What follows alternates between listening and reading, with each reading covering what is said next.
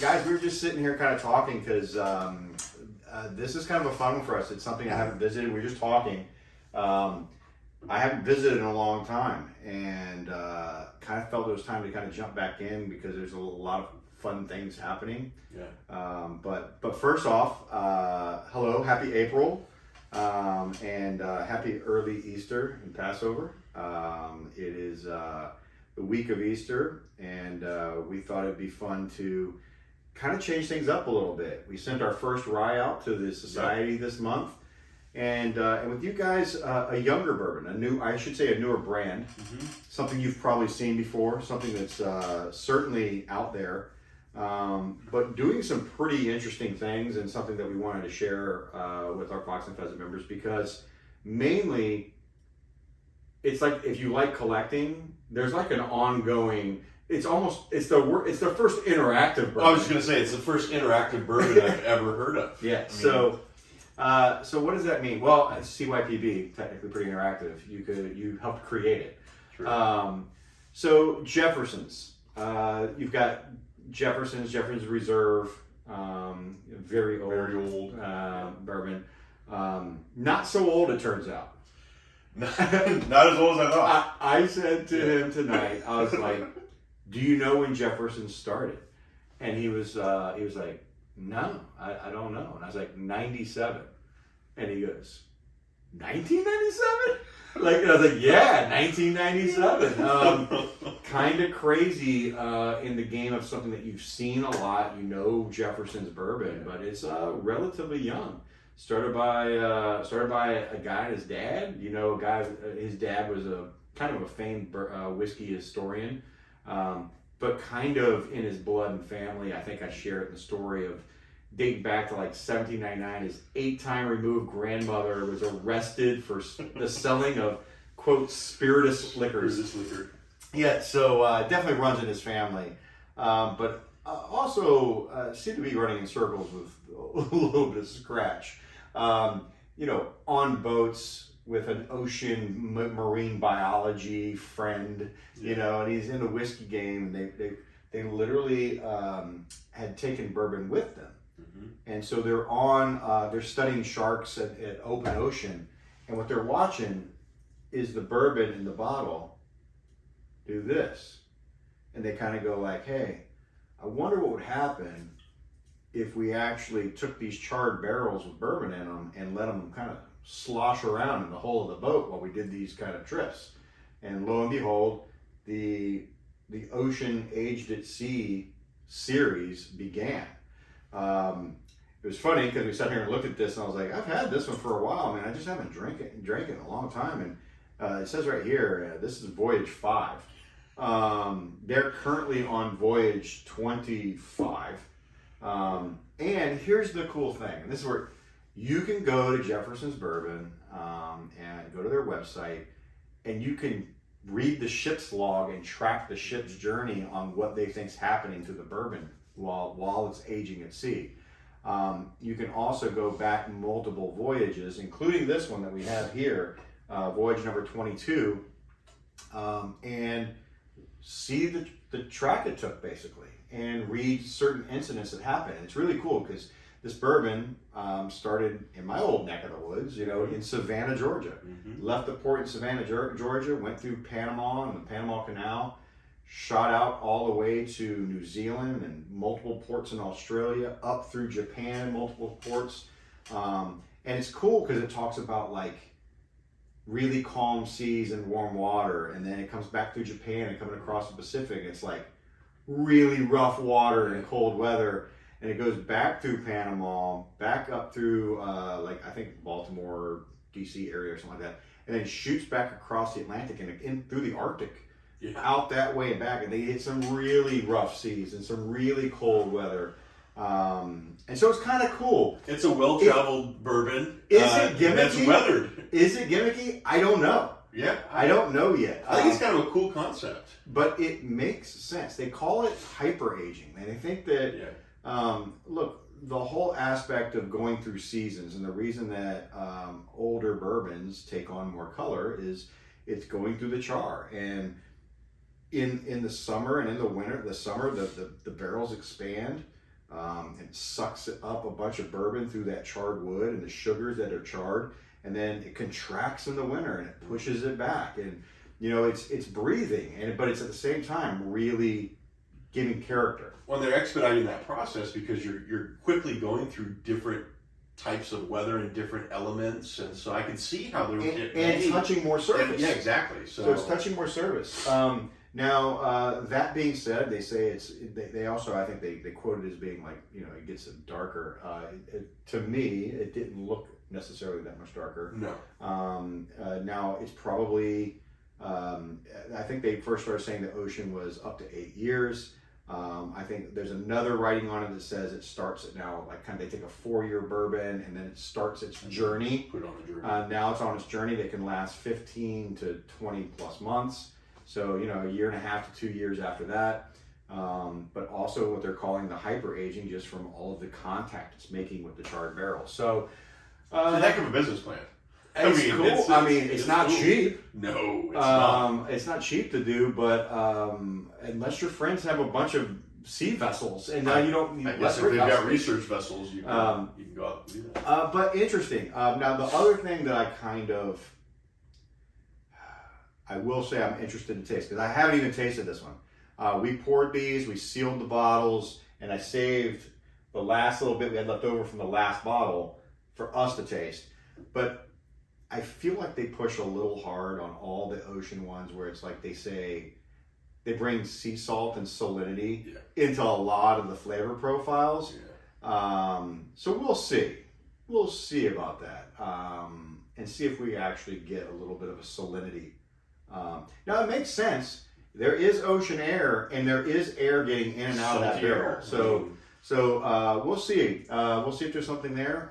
But pretty cool story and something. So the Jefferson's Ocean, again, this is one that you can start getting into, collecting all the brilliant marketing, because now I can go like, well, I got Voyage 24. I need 25, and I'm going to track it, and I'm going to be actively a part of this thing at sea, and then I'm going to have that bottle when it gets back, right? So brilliant marketing. I love the branding of Jefferson's. I think the ocean tie-in is really, really cool, and it's now pretty much a staple.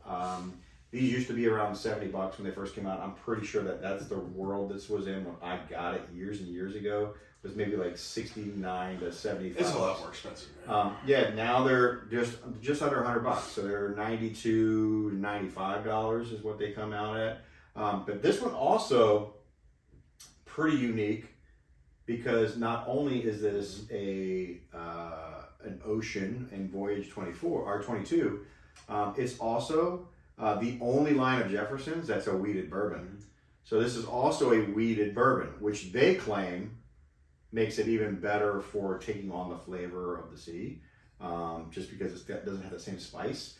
I'm excited to try it because it's wheated. So, excuse me. Excited to try that. But I also think that, from just like a science standpoint, I think folks that are, into science and just the background, the fact that it goes through a different process than, most bourbons, I think is interesting. The whole ocean aspect of it, the journeys, the interacting with the air, the sea air. I also failed to mention that on top of this being just a wheated version of Voyage 22, this is also a single barrel select. Yeah. So not only is it's not just a blend of those bourbons at sea, this was actually also picked, and it is a single barrel from that ship. So not blended from a bunch of barrels or whatever. This is a hand-picked single barrel from the Voyage, and not mixed with any of the other. Then we're really gonna find out. Yeah, right. So.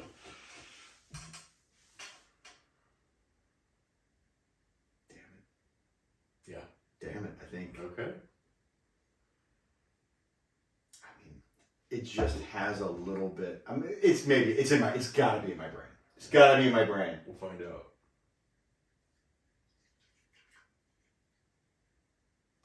Yep. Lots of tags. Lots of marketing. There's a lot of marketing on these bottles. think that last bit might make it into the infinity I bottle. think you should. Yeah.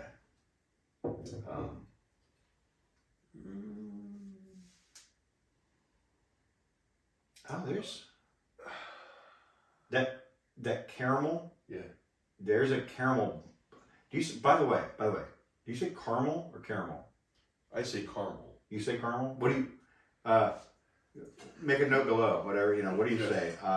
I feel, I feel like I used to say caramel, and I think I say caramel apple. Yeah. But any other time I say caramel. Caramel. Yeah. Yeah, I don't know. Kind of interesting. Yeah, there's a lot of vanilla going on. There is a lot of. A lot of vanilla, Yeah. a lot of caramel. Yeah. I'm not getting. And I like salted caramel. So. Yeah, excuse me. We're going full non-professional. Notes that are common, what they say is vanilla bean, butterscotch, and caramel on the nose. Vanilla bean and caramel for sure. Oh, you said caramel. I got it. Got him. Dang it. It's interchangeable. Tomato. So it goes into the flavor then of toasted caramel, allspice, and here it is. They say sea salt. So we'll see.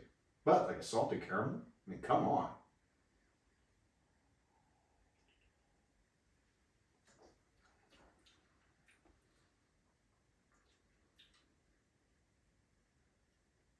I have a whistle. It's there. It's there. It's there. It's there. Really, really smooth. Yeah. The salt is there for sure. It's got a little back heat as I'm now finished, and I can feel the back of my throat and my tongue with a little heat, but not in a bad way. Just like it's there. So it's got a little body and oomph to it. The caramel and vanilla is like there. Crazy. Not a lot of oak. No, I'm not getting any oak.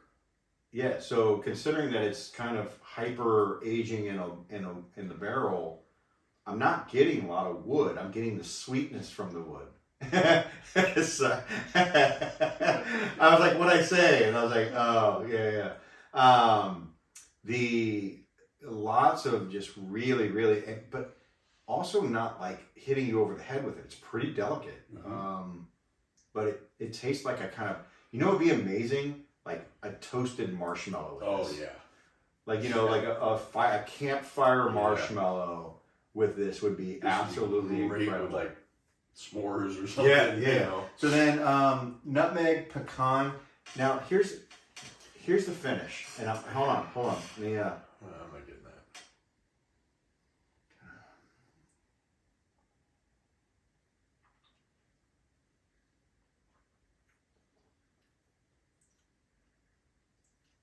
I think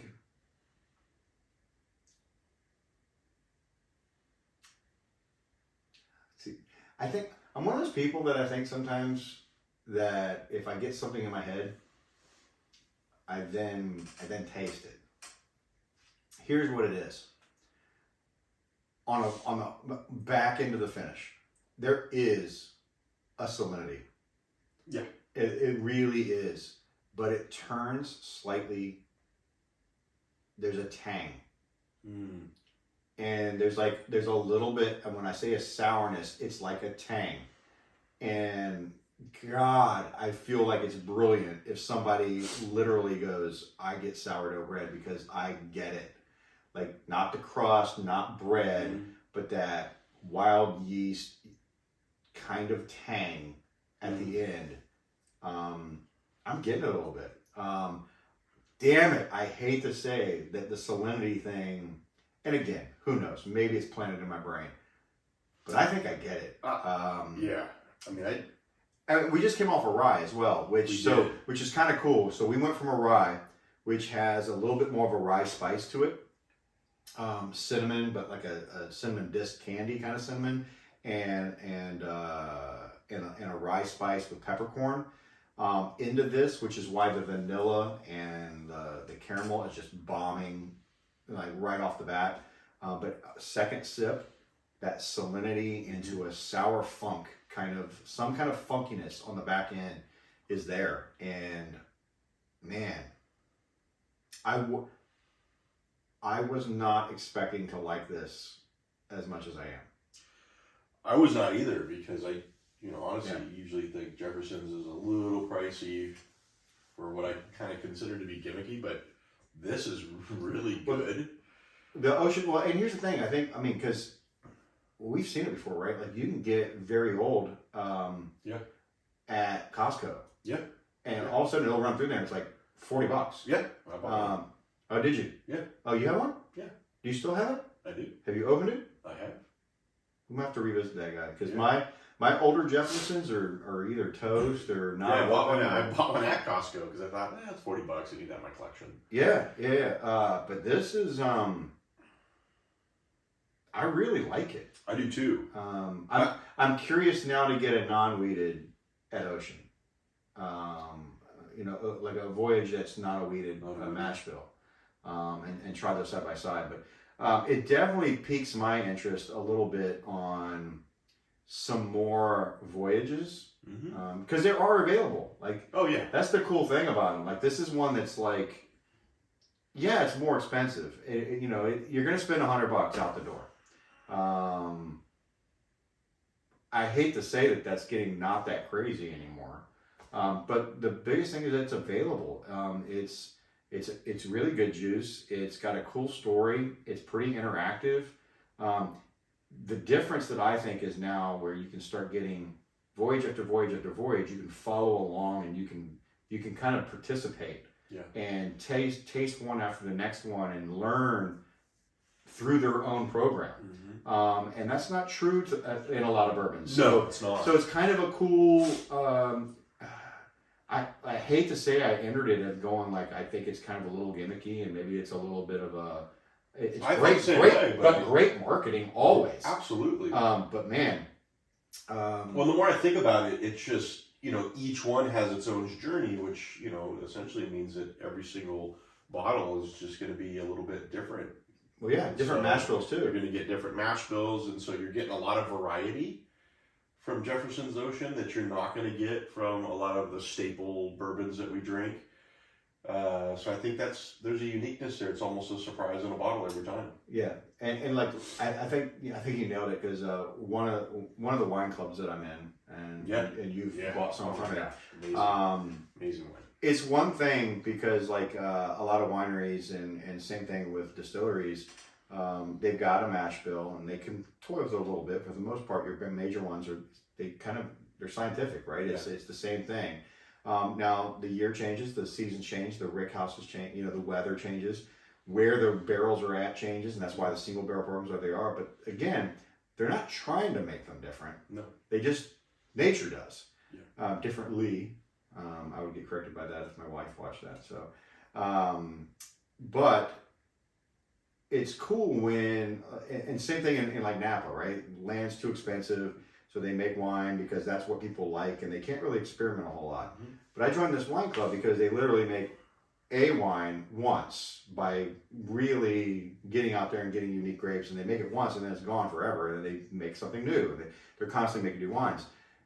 And it's kind of cool to find a distiller that's literally taking different types of mash bills, going on different voyages, seeing what weather's doing to different to the age and to the profile. And so I retract, and I'm thankful to say that I was wrong. I retract my preconceived expectations and my unconscious bias to Jefferson's.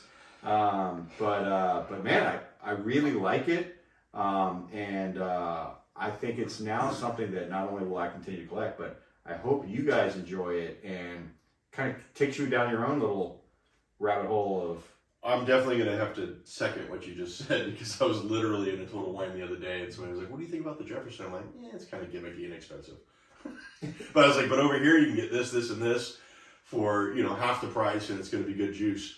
By the way, if you ever see a guy that looks like Jason and he's pontificating in the whiskey aisle with you, just remember what he just said. Take it Remember with what a I grain of just said. salt. You know, Well, like or anybody that is doing that well, as that's a what I whiskey mean. hound, because I didn't mean you yeah, in particular. But I you just did, but but no, it's true. Like one, it's always about your unique taste. Two, it's about you can't possibly drink all the whiskey and have an opinion on it all. No. And I think the more we learn, the more we realize we don't know, and that's what's kind of fun about it. Yeah. So I will say not only I think you'll enjoy this a lot, but thanks to the club, because without it, I probably wouldn't have revisited it. And we may be purchasing another bottle of this. Yeah, because it's there. It's there right now. Yeah. I can go get it. So I'm gonna go grab one because this is that's it. But we might. I'll tell you what. We're gonna turn this off. We might go back and we might try. Voyage 5 just to see what happens. So guys, enjoy your holiday weekend. Enjoy your families. Yeah. You got anything? No. Happy Easter. Happy Passover. Be safe out there.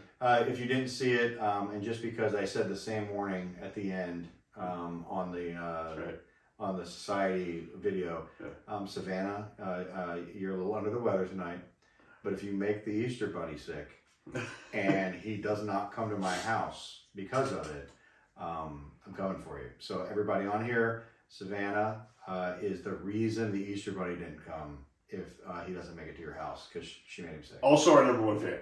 Oh, yeah. And, most views.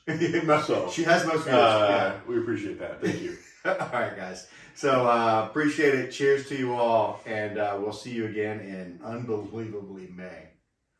All right, guys. All right. Cheers. Talk to you soon. Take care.